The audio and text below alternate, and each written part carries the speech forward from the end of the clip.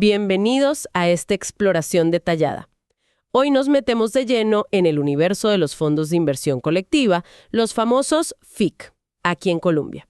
Tenemos como referencia una guía bastante completa del autorregulador del mercado de valores, AMB. La misión: entender de verdad qué son estos vehículos de inversión y qué significan para quien está pensando en invertir. Así es. Pensemos en los FIC como una herramienta financiera clave. Vamos a desglosar qué son, qué tipos hay, quién pone las reglas y quiénes son los jugadores principales. Todo basado en esa guía de AMB.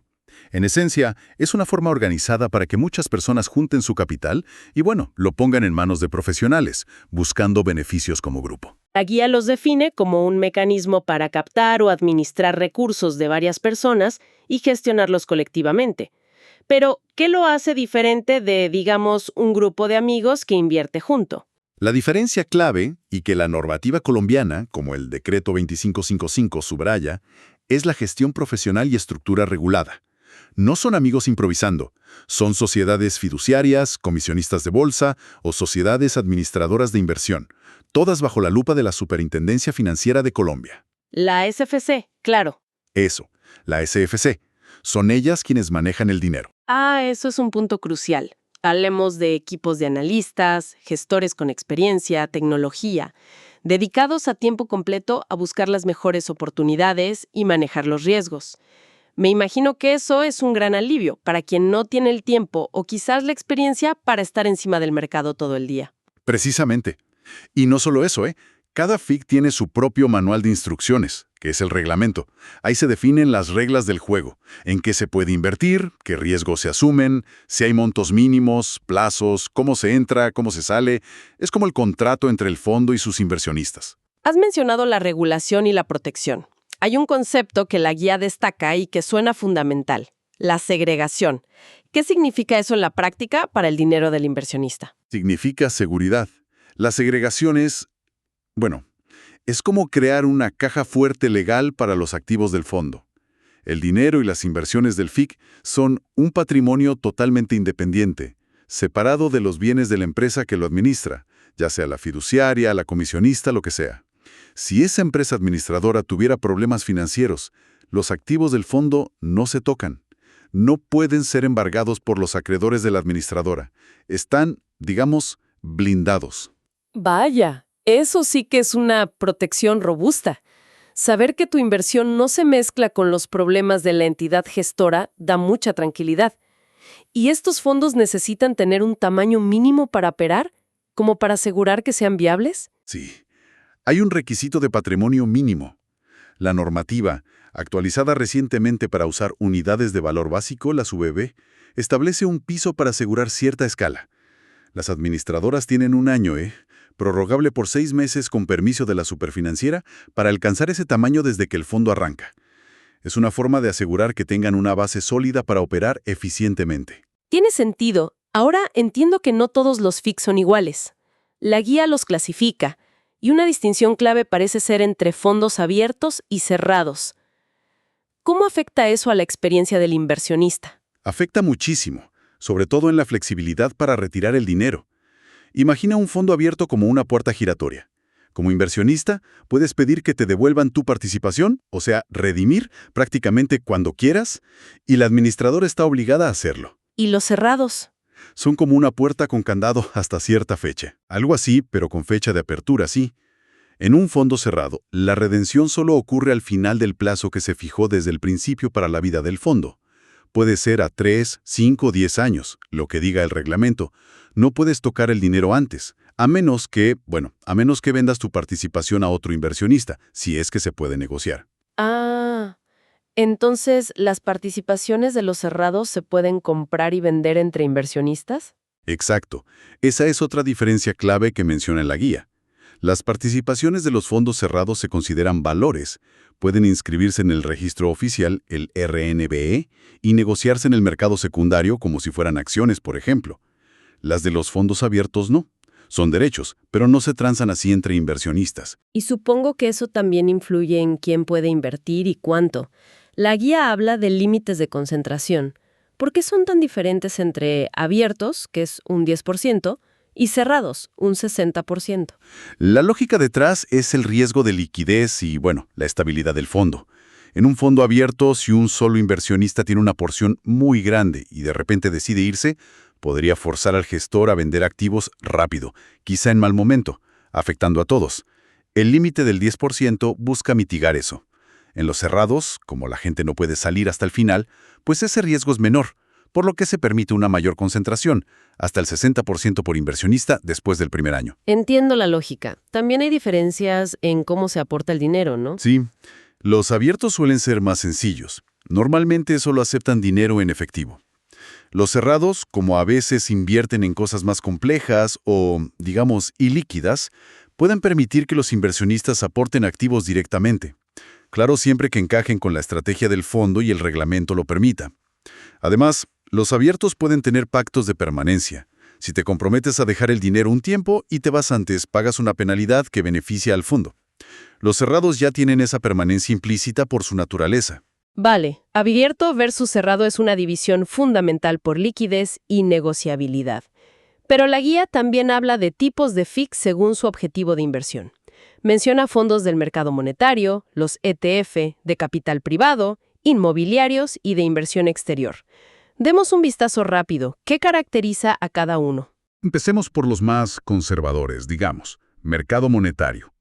Son siempre abiertos, muy líquidos, y su misión es invertir en cosas de muy corto plazo y bajo riesgo, como CDTs o deuda pública muy segura.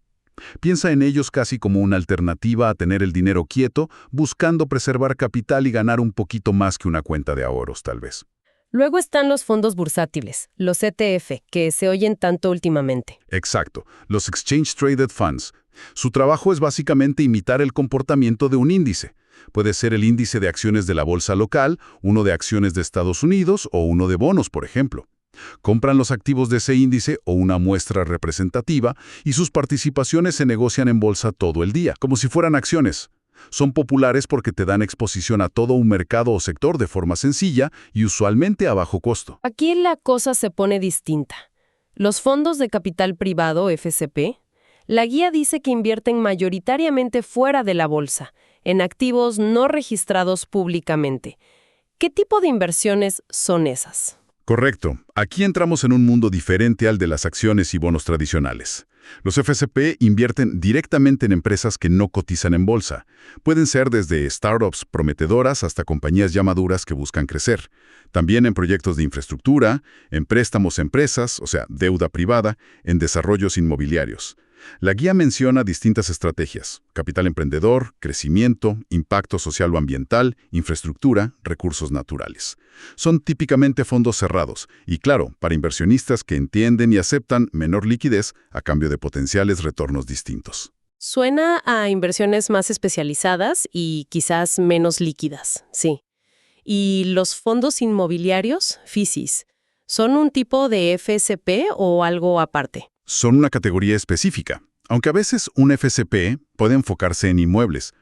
Los FISIs, también cerrados, se dedican principalmente a invertir en ladrillo y cemento, por decirlo así. Compran propiedades, participan en desarrollos, invierten en derechos sobre inmuebles, etc. Piensan ellos como una forma de invertir en el sector inmobiliario sin tener que comprar una propiedad directamente, sino a través de una participación en el fondo. Tienen sus propias reglas, como límites de endeudamiento y una permanencia mínima de un año. Y para completar el panorama están los de inversión exterior. Básicamente son fondos creados y regulados fuera de Colombia, pero que pueden ser ofrecidos aquí si cumplen ciertos requisitos y si hay acuerdos de supervisión entre la autoridad de su país y la superfinanciera colombiana. La supervisión principal viene de fuera en ese caso. Muy claro el panorama de tipos. Ahora metámonos en la sala de máquinas. ¿Cómo se toman las decisiones dentro de un FIC? ¿Quién vigila qué? La guía detalla una estructura de gobierno. Es una estructura diseñada para asegurar profesionalismo y control, ¿no?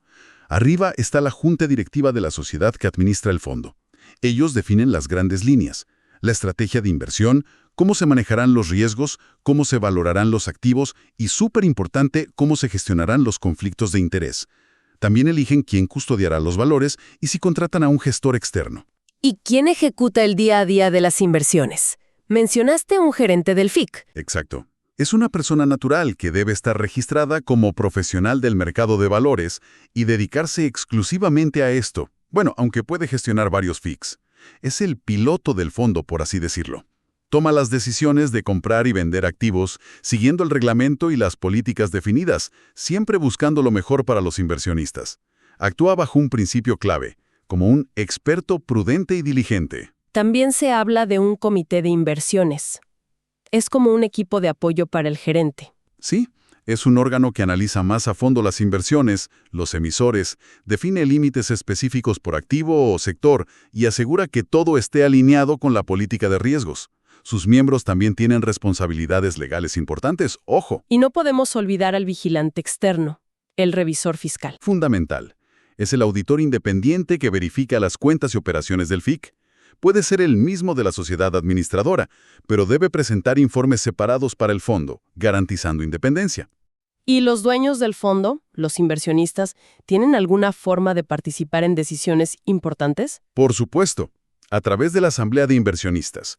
Se reúnen, se necesita al menos el 51% de las participaciones para poder sesionar, y votan sobre temas clave. Por ejemplo, cambiar de administrador, liquidar el fondo, aprobar una fusión, nombrar un auditor externo pagado por el fondo, o incluso pedir que cambien al gestor si hay razones válidas. Un detalle interesante es que la propia administradora, si invierte en el fondo, no cuenta para el quórum ni puede votar en estos temas. También existe una opción escrita, la consulta universal, para evitar reuniones físicas. Importantísimo saber cómo se mide el valor de la inversión día a día. La guía habla de una valoración diaria. Correcto, es el famoso valor de la unidad o NEV, Net Asset Value. Se calcula todos los días. Se divide el valor total de los activos del fondo, valorados a precios de mercado, menos sus pasivos, entre el número total de unidades de participación que hay en circulación. Es básicamente el precio diario de cada pedacito del fondo. La metodología exacta la fija la superfinanciera. Hay una nota interesante que menciona la guía sobre cambios recientes en cómo se valoran los FIC cerrados y los FSP. Algo sobre usar precios del mercado secundario. ¿Qué significa eso? Es un cambio relevante, sí. Antes, la valoración se basaba casi exclusivamente en el cálculo interno de la administradora sobre el valor de los activos que tiene el fondo. Ahora, para los FIC cerrados y FSP, cuyas participaciones se negocian entre inversionistas, o sea, en el mercado secundario, se busca que esa valoración oficial incorpore, cuando sea posible, información de esos precios de negociación. La idea es que el valor reportado refleje mejor el precio de mercado real al que se están transando esas participaciones. Busca hacerlo más transparente. Tiene lógica buscar ese reflejo del mercado. Ahora, como en cualquier sistema financiero serio, debe haber reglas estrictas sobre lo que no se puede hacer y cómo manejar situaciones donde los intereses de la administradora choquen con los del fondo. Absolutamente. La normativa es muy clara en las prohibiciones. Por ejemplo, un FIC no puede prestar dinero, salvo operaciones específicas de corto plazo muy reguladas. Tampoco puede usar sus propias participaciones como garantía, ni invertir en la empresa que lo administra o en su gestor, salvo contadas y muy controladas excepciones. Y la administradora no puede ser la contraparte directa del fondo en una operación. Son barreras para proteger al fondo. ¿Y los famosos conflictos de interés? ¿Cómo se manejan? La regla de oro es identificar, administrar y revelar. La guía pone ejemplos. ¿Puede el FIC invertir en acciones de la empresa matriz de la administradora? Sí, pero con límites estrictos, generalmente no más del 10% de los activos del FIC. ¿Puede la propia administradora invertir en el fondo que gestiona? Sí, también con límites, hasta 15% a veces, y procedimientos claros. El principio siempre es que cualquier decisión donde haya un potencial conflicto debe priorizar el interés de los inversionistas del fondo por encima del de la administradora o sus relacionados. Transparencia y límites son clave aquí. Pasemos ahora a los actores que hacen funcionar todo esto. La sociedad administradora parece el eje central. ¿Cuáles son sus deberes fundamentales? Su rol es asegurar que todo funcione correctamente y cuidar la relación con los inversionistas. Esto incluye 3 tareas esenciales, digamos. Primero, gestionar el portafolio, o sea, decidir dónde invertir. Aunque pueden contratar a un gestor experto, la responsabilidad final siempre es suya. Segundo, distribuir el fondo, promocionarlo y atraer inversionistas. Esto también pueden delegarlo. Y tercero, la custodia de los valores, que deben contratar con una fiduciaria especializada y autorizada para eso. ¿Y qué nivel de cuidado se les exige? Si algo sale mal, ¿hasta dónde responden? Responden hasta por lo que se llama culpa leve. Esto significa que deben actuar con la diligencia y el cuidado que se espera de un profesional experto en su campo. Es un estándar alto, ¿eh? Si no lo hacen, son responsables ante los inversionistas. Y un punto vital, aunque deleguen la gestión o la distribución, la administradora sigue siendo la responsable final frente al inversionista. No pueden, como dicen, lavarse las manos. Hablemos de la distribución. ¿Cómo le llega la información de un FIC a alguien interesado en invertir? Puede ser a través de la fuerza de ventas directa de la administradora o mediante distribuidores especializados, como otras comisionistas, bancos. Pueden usar sus oficinas, redes, incluso corresponsales. Lo fundamental, insiste la guía, es que la promoción sea clara, completa y veraz. Nada de promesas exageradas o información engañosa. Aquí entra un tema crucial que menciona la guía. La asesoría. Están obligados a asesorar a quien quiere invertir. Sí, las entidades que distribuyen estos productos tienen deberes de asesoría. Es un proceso, fíjate. Primero deben perfilar al cliente, entender sus conocimientos, experiencia, objetivos y cuánto riesgo está dispuesto a asumir. Segundo, deben perfilar el producto, viendo si es simple o complejo. Tercero, cruzar esa información para ver si el producto es conveniente para ese cliente. Y cuarto, en muchos casos, deben dar una recomendación profesional personalizada y por escrito. Interesante esa distinción entre productos simples y complejos. ¿Cuáles FISC caen en la categoría de complejos y por qué importa? Se consideran complejos, según la normativa, los fondos de capital privado, FCP, los fondos inmobiliarios, FISI, que no se negocian en bolsa, aquellos que invierten mucho en activos poco líquidos o difíciles de valorar, los que usan endeudamiento, o sea, apalancamiento, y algunos ETF con estrategias particulares. La importancia es que para estos productos complejos, la asesoría completa, incluyendo la recomendación formal, es obligatoria. Se busca asegurar que el inversionista realmente entienda dónde se está metiendo. ¿Y hay alguna regla especial para los FCP en esto de la asesoría? Sí, hay un matiz. Cuando alguien invierte por primera vez en un FCP, en la suscripción inicial, no es obligatorio que le den una recomendación formal, pero sí deben perfilarlo, darle toda la información, como el reglamento, los riesgos, y asegurarse de que la inversión tenga sentido dentro de su patrimonio. Ahora, si lo que ocurre es que un inversionista le vende su participación de FCP a otro, o sea, en la negociación secundaria, ahí sí se aplican todas las reglas de asesoría completa, porque se considera una transacción de un valor complejo. Y el tercer pilar que mencionaste que la administradora debe asegurar es la custodia.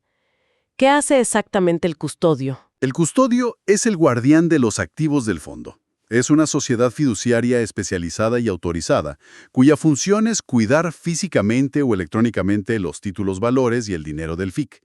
Además, se encarga de liquidar las operaciones, o sea, que la compra y venta se paguen y entreguen correctamente, y de administrar los derechos económicos, como cobrar dividendos, intereses, etc. Es una pieza clave para la seguridad y la transparencia operativa. La guía resalta dos principios para la custodia: independencia y segregación. De nuevo, la segregación. Sí, pero aquí aplicada al custodio. Independencia significa que el custodio debe actuar sin conflictos de interés respecto a la administradora o el gestor. Y segregación refuerza que los activos del FIC que están bajo custodio siguen siendo un patrimonio separado, no pertenecen al custodio y están protegidos si el custodio tuviera problemas. Es como una doble capa de seguridad. Más allá de guardar los activos, ¿el custodio tiene algún rol de vigilancia sobre lo que hace el gestor del FIC? Sí, y es muy importante. El custodio debe verificar que las operaciones que ordena el gestor cumplan con las reglas del reglamento del fondo y la normativa general, o sea, límites de inversión, activos permitidos, etc.